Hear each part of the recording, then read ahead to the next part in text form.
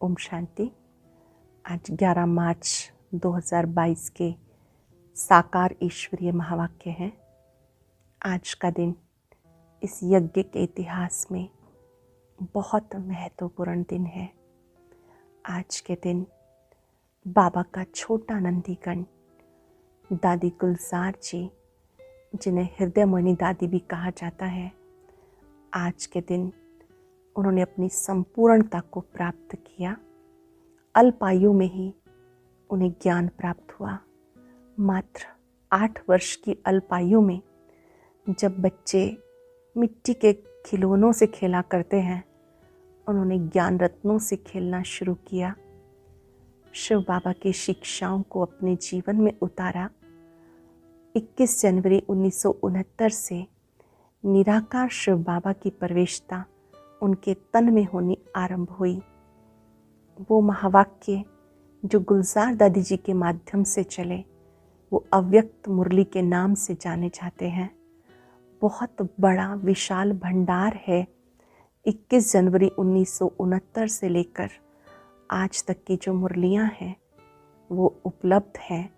वो सारा विशाल ज्ञान का भंडार निराकार परमात्मा ने दादी जी के माध्यम से उच्चारण किया। 11 मार्च 2021 को दादी जी ने भौतिक देह का त्याग किया। आज भी जब मधुबन में बाप दादा का मिलन होता है तो हम बाबा की उपस्थिति, दादी जी की उपस्थिति को अनुभव करते हैं। दादी जी की एक मुख्य शिक्षा जो वो हमेशा सबको कहते थे, कुछ भी हो जाए आपकी खुशी ना जाए, खुश रहना है और खुशियाँ बांटनी है। और एक और बात जो दादी जी हमेशा सबको कहते थे कि ऐसी कौन सी बाजी है जिसमें ब्राह्मण बहुत होशियार हैं, और वो है बहानेबाजी। आज योग में क्यों नहीं आए, मुरली में क्यों नहीं आए, बहुत सारे हमारे पास बहानेबाजी है। दादी जी कहा करते थे कि एक सच्चा और पक्का ब्राह्मण कभी बहानेबाजी नहीं करेगा, सच्ची कमाई करेगा। बहुत सारी मीठी मीठी शिक्षाएं दादी जी हम सबको देते रहे और उन्होंने संपूर्णता को प्राप्त किया। आज उनके स्मृति दिवस पर हम सभी 30 मिनट एकांत में बैठेंगे और उनके द्वारा दी हुई मीठी शिक्षाओं का स्वरूप बनेंगे। हम सभी गॉडली स्टूडेंट्स दादी जी को शत शत वंदन करते हैं और उन्हें विश्वास दिलाते हैं, आपके द्वारा जो ईश्वरीय महावाक्यों का भंडार हम सबको प्राप्त हुआ, अव्यक्त मुरलियाँ, हम अवश्य उनका अध्ययन करेंगे, मनन करेंगे और उनका स्वरूप बनेंगे। आज की मधुर मुरली में बाबा ने बहुत सुंदर बात कही। बाबा राजी उन बच्चों से रहता है जो बच्चे सच्चे रहते हैं। सच्चे दिल पर साहिब राजी। सच्चे बच्चों को बाबा की मदद मिलती है। बाबा राजी उन बच्चों से रहता है जो ज्ञान की बातों को धारण करते हैं। यहाँ तक कि छोटे बच्चों को भी बताओ कैसे शिव बाबा को याद करना है और शिव बाबा कैसे मदद करते हैं। बहुत ही मीठी बाबा की मुरली है, एकाग्र होकर सुनेंगे। बाबा कहते हैं, मीठे बच्चे, ये तुम्हारा अंतिम जन्म है, इसलिए विकारों का संन्यास करो। ये 84वां जन्म है, विकारों का संन्यास करो। इस अंतिम जन्म में रावण की जंजीरों से अपने को छुड़ाओ। रावण अर्थात 5 विकारों की जंजीरों से अपने को छुड़ाओ। क्वेश्चन है, बाप का सहारा किन बच्चों को मिलता है? बाप किन बच्चों से सदा राजी रहता है? बाप का सहारा किन बच्चों को मिलता? बाबा किन बच्चों से सदा राजी रहता? बाप का सहारा उन्हें मिलता जो सच्ची दिल वाले हैं। कहा जाता, सच्चे दिल पर साहिब राजी। जो बाप के हर डायरेक्शन को अमल में लाते हैं, बाबा उनसे राजी रहता है। बाप का डायरेक्शन है, नोट करेंगे डायरेक्शन, याद में रहे, पवित्र बन, फिर सर्विस करो, किसी को रास्ता बताओ, शूद्रों के संग से अपनी संभाल करो, कर्म इंद्रियों से कोई बुरा काम नहीं करना। जो इन बातों की धारणा करते हैं, बाबा उनसे राजी रहता है। जो इन बातों की धारणा करते हैं, बाबा उनसे राजी रहता है। गीता, मुझको सहारा देने वाले दिल कहे तेरा शुक्रिया, तेरा शुक्रिया। ओम शांति। बच्चे यहाँ ज्ञान सुन रहे हैं। किसका ज्ञान? क्या शास्त्रों का? नहीं। बच्चे जानते शास्त्रों का ज्ञान तो सब मनुष्य मात्र लेते हैं। हमें यहाँ परम पिता परमात्मा ज्ञान देते हैं। कोई भी शास्त्र आदि पढ़ने अथवा अध्ययन करने वाले सन्यासी ऐसा नहीं कहेंगे। वो कोई ज्ञान नहीं सुनाते। कोई भी सत्संग में जाओ, मनुष्य बैठा होगा, उन्हें शास्त्री जी, पंडित जी, महात्मा जी कहेंगे। नाम का ताल्लुक रखते हैं मनुष्य के साथ। यहाँ बच्चे जानते हमें कोई मनुष्य ज्ञान नहीं देते, मनुष्य द्वारा निराकार परमात्मा ज्ञान देते हैं। ये बातें कोई भी सत्संग में नहीं सुनाई जाती। भाषण करने वालों की बुद्धि में भी ये बातें नहीं हो सकती। हमें जो भी ज्ञान दे रहा है वह कोई मनुष्य व देवता नहीं। हमें जो ज्ञान दे रहा है वो कोई मनुष्य या देवता नहीं। भले इस समय देवी देवता धर्म नहीं है, फिर भी ब्रह्मा विष्णु शंकर सूक्ष्म वतनवासी जो हैं उनका तो नाम गाया जाता। लक्ष्मी नारायण आदि सब है दैवी गुण वाले मनुष्य, इस समय सब हैं आसुरी गुण वाले। कोई भी मनुष्य नहीं समझते कि हम आत्मा हैं, फलाने द्वारा परमात्मा हमें ज्ञान दे रहे हैं। वह तो समझते फलाना महात्मा, फलाना शास्त्री हमें कथा सुना रहे हैं, वेद शास्त्र सुना रहे हैं, गीता सुना रहे हैं। बाबा कहते मैं ऐसे शास्त्रों की बातें सुनाता नहीं हूँ। तुम तो अपने को आत्मा निश्चय करते हो, फिर कहते हो पतित पावन आओ। सबका दुख हरता सुख करता, वह सबका शांति दाता, सबका मुक्ति जीवन मुक्ति दाता। शिव बाबा सबका दुख हरता सुख करता, सबका शांति दाता, सबका मुक्ति जीवन मुक्ति दाता। वह कोई मनुष्य नहीं हो सकता। मनुष्य सवेरे सवेरे उठकर कितनी भक्ति करते हैं, कोई भजन गाते हैं, कथा करते हैं, इसको कहते भक्ति मार्ग। भक्ति मार्ग वालों को मालूम नहीं भक्ति मार्ग क्या होता है। यहाँ सब जगह भक्ति ही भक्ति है। ज्ञान है दिन, भक्ति है रात। जब ज्ञान है तो भक्ति नहीं, जब भक्ति है तो ज्ञान नहीं। द्वापर कलयुग है भक्ति, सतयुग त्रेता है ज्ञान का फल। वह ज्ञान का सागर ही फल देते हैं। भगवान क्या फल देगा? फल माना वर्षा। भगवान वर्षा देगा मुक्ति का, साथ में मुक्ति धाम लेके जाएगा। इस समय मनुष्य इतने हो गए जो रहने की जगह नहीं है, अनाज नहीं है, इसलिए भगवान को आना पड़ता है। रावण सबको पतित बनाते, फिर पतित पावन आकर पावन बनाते हैं। पावन बनाने वाला और पतित बनाने वाला दोनों ही अलग अलग हैं। पावन बनाने वाला, पतित बनाने वाला दोनों अलग अलग हैं। अब तुम जान गए हो पावन दुनिया को पतित बनाने वाला कौन और पतित दुनिया को पावन बनाने वाला कौन। कहते हैं पतित पावन आओ, एक को ही बुलाते हैं। सबका पालन करता एक है। सत्युग में कोई विकारी हो नहीं सकता। पतित अर्थात जो विकार में जाते हैं। सन्यासी विकार में नहीं जाते, इसलिए उनको पतित नहीं कहेंगे। कहा जाता पवित्र आत्मा 5 विकारों का संन्यास किया हुआ है। नंबर 1 विकार है काम। क्रोध तो सन्यासों में भी बहुत है। स्त्री को छोड़ते हैं, समझते उनके संग में मनुष्य निर्विकारी रह नहीं सकते। शादी का मतलब ही ये है। सत्युग में कायदा नहीं। बाबा समझाते बच्चे वहाँ कोई पतित होता ही नहीं।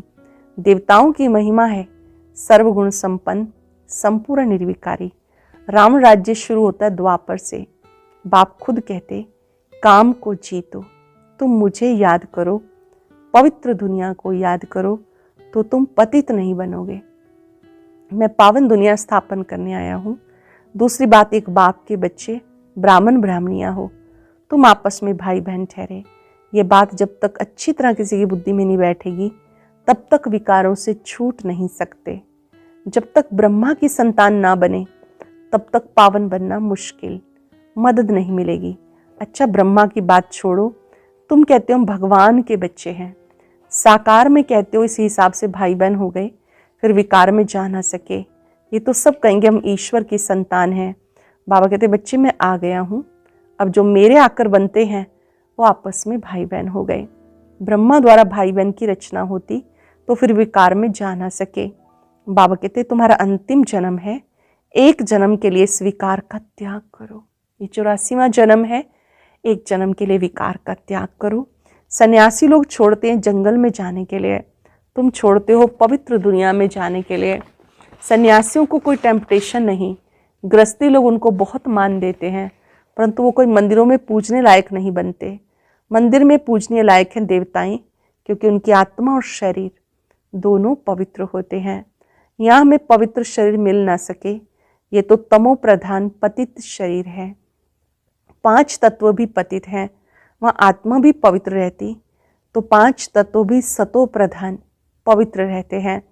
अभी आत्मा भी तमो प्रधान तो तत्व भी तमो प्रधान, इसलिए बाढ़ तूफान आदि कितने होते रहते।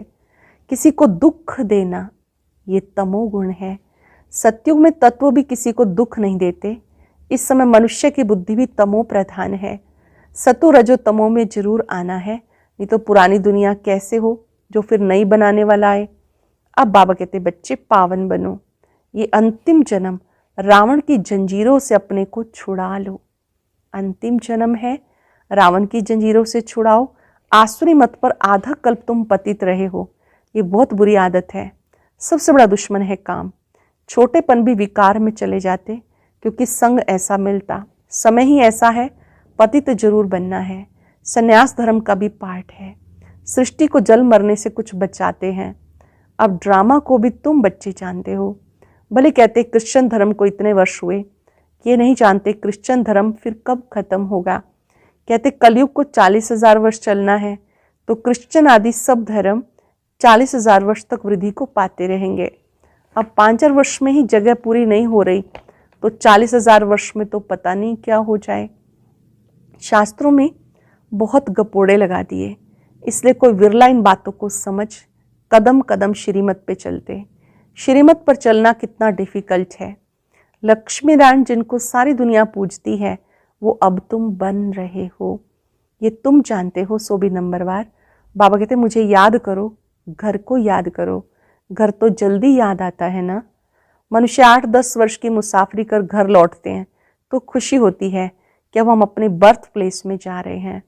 अब वो मुसाफरी होती थोड़े समय के लिए, इसलिए घर को भूलते नहीं। यहाँ तो 5 वर्ष हो गए, इसलिए घर को बिल्कुल भूल गए। 5 वर्ष हो गए इसलिए अपने घर को भूल गए।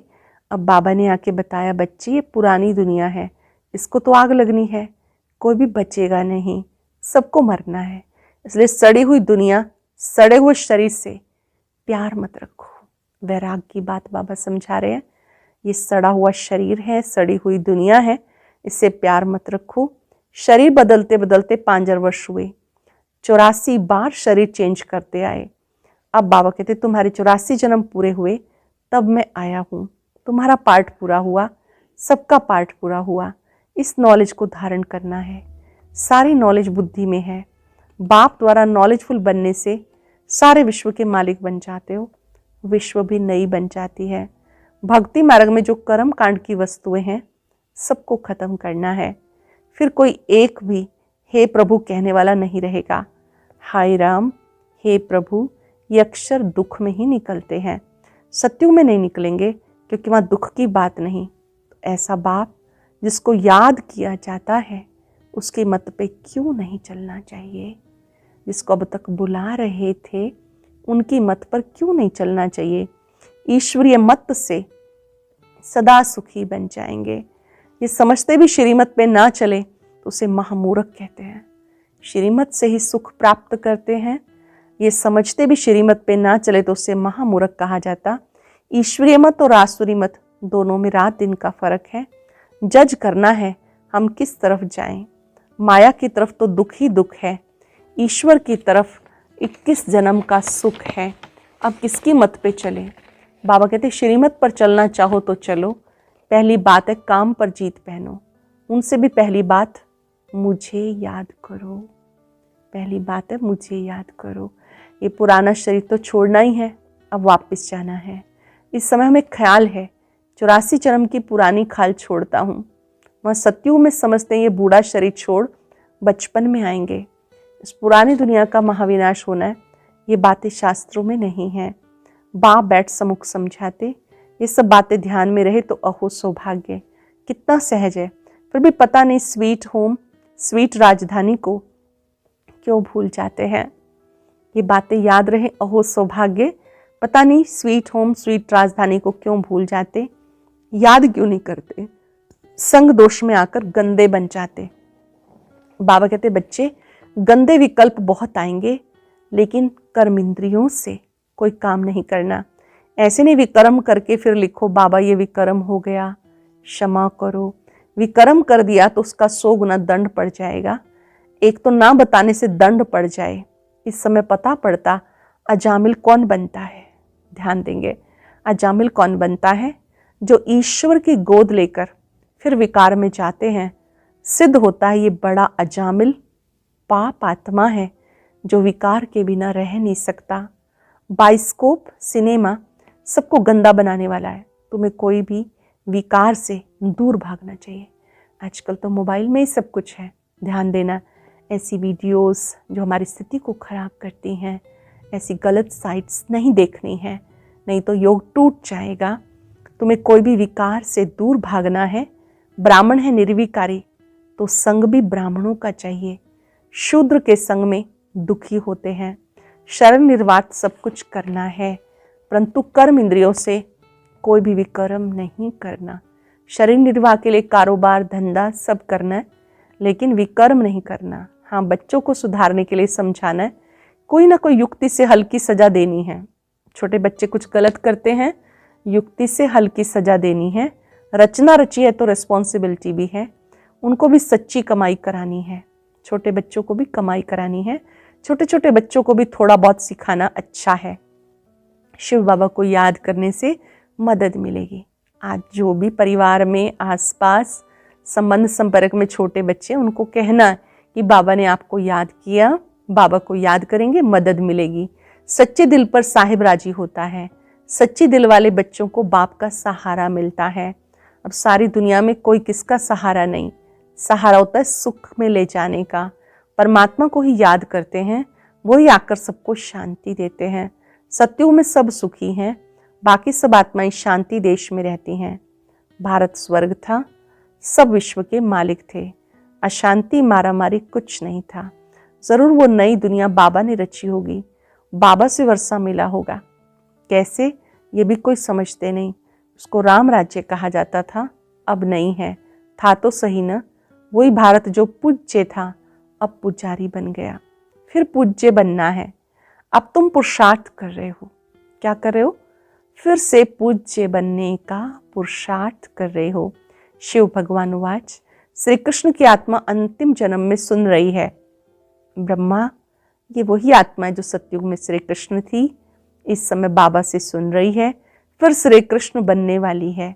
सवेरे उठकर बाबा को याद करना है। वो टाइम बहुत अच्छा है, अमृत वेले का टाइम बहुत अच्छा है। वाइब्रेशन भी शुद्ध रहता है। जैसे आत्मा रात को थक जाती है, कहती है मैं डिटैच हो जाती हूँ, तुम्हारा भी यहाँ होते हुए बुद्धियोग वहाँ लगा रहे। अमृत वेले उठकर याद करने से दिन में भी बाबा की याद आएगी। सुबह याद करेंगे तो दिन में भी याद आएगी। ये कमाई है, जितना याद करेंगे उतना विकर्माजीत बनेंगे। धारणा होगी, जो पवित्र बनते हैं, याद में रहते हैं, वही सर्विस कर सकेंगे। जो पवित्र रहते हैं, याद में रहते हैं, वो सर्विस कर सकेंगे। पहले सर्विस करनी है, सबको रास्ता बताना है। योग का रास्ता बताने के लिए भी ज्ञान देंगे ना।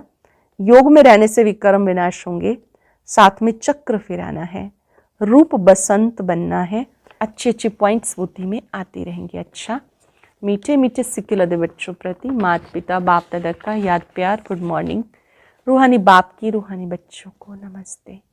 रूहानी बच्चों की रूहानी बाप दादा को नमस्ते, गुड मॉर्निंग, शुक्रिया बाबा, शुक्रिया। धारणा के लिए सार। पहले पॉइंट है, इस सड़ी हुई दुनिया, सड़े हुए शरीर से ममत्व निकाल। एक बाप को और घर को याद करना है। किसे किसे याद कर सकते हैं? बाप को और घर परम धाम को याद कर सकते हैं। शूद्रों के संग से अपनी संभाल करनी है। विकर्माजीत बनने के लिए अमृत वेले उठ याद में बैठना है। शरीर से डिटैच होने का अभ्यास करना है। बहुत ही स्पेशल वरदान। पुराने संसार और संस्कारों की आकर्षण से जीते जी मरने वाले यथार्थ मर जीवा भव। पुराने संसार और संस्कारों के आकर्षण से जीते जी मरने वाले यथार्थ मर जीवा भव। यथार्थ जीते जी मरना अर्थात सदा के लिए पुराने संसार, पुराने संस्कारों से संकल्प स्वप्न में भी मरना। मरना माना परिवर्तन होना। उन्हें कोई भी आकर्षण अपनी ओर आकर्षित नहीं कर सकती। वह कभी नहीं कह सकते क्या करें, चाहते नहीं थे, हो गया। कई बच्चे जीते जी मरकर फिर जिंदा हो जाते हैं। रावण का एक सिर खत्म करते हैं, दूसरा आ जाता है। लेकिन फाउंडेशन को ही खत्म कर दो तो रूप बदल करके माया वार नहीं करेगी। फाउंडेशन को ही खत्म कर दो तो रूप बदलकर माया वार नहीं करेगी। सरल शब्दों में हमें यथार्थ मर जीवा बनना है। पुराने संसार और पुराने संस्कारों के आकर्षण से दूर रहना है। स्लोगन है, सबसे लकी वो हैं जो याद और सेवा में बिजी रहते हैं। सबसे लकी भाग्यवान वो हैं जो याद और सेवा में बिजी रहते हैं। आज याद रखेंगे, मैं यथार्थ मरजीवा आत्मा हूँ। और अब सुनते हैं आज का अव्यक्त ज्ञान मोती। ये एक बहुत संस्कारितापूर्ण वीडियो है, जरूर देखें, कोई भी मिस ना करे।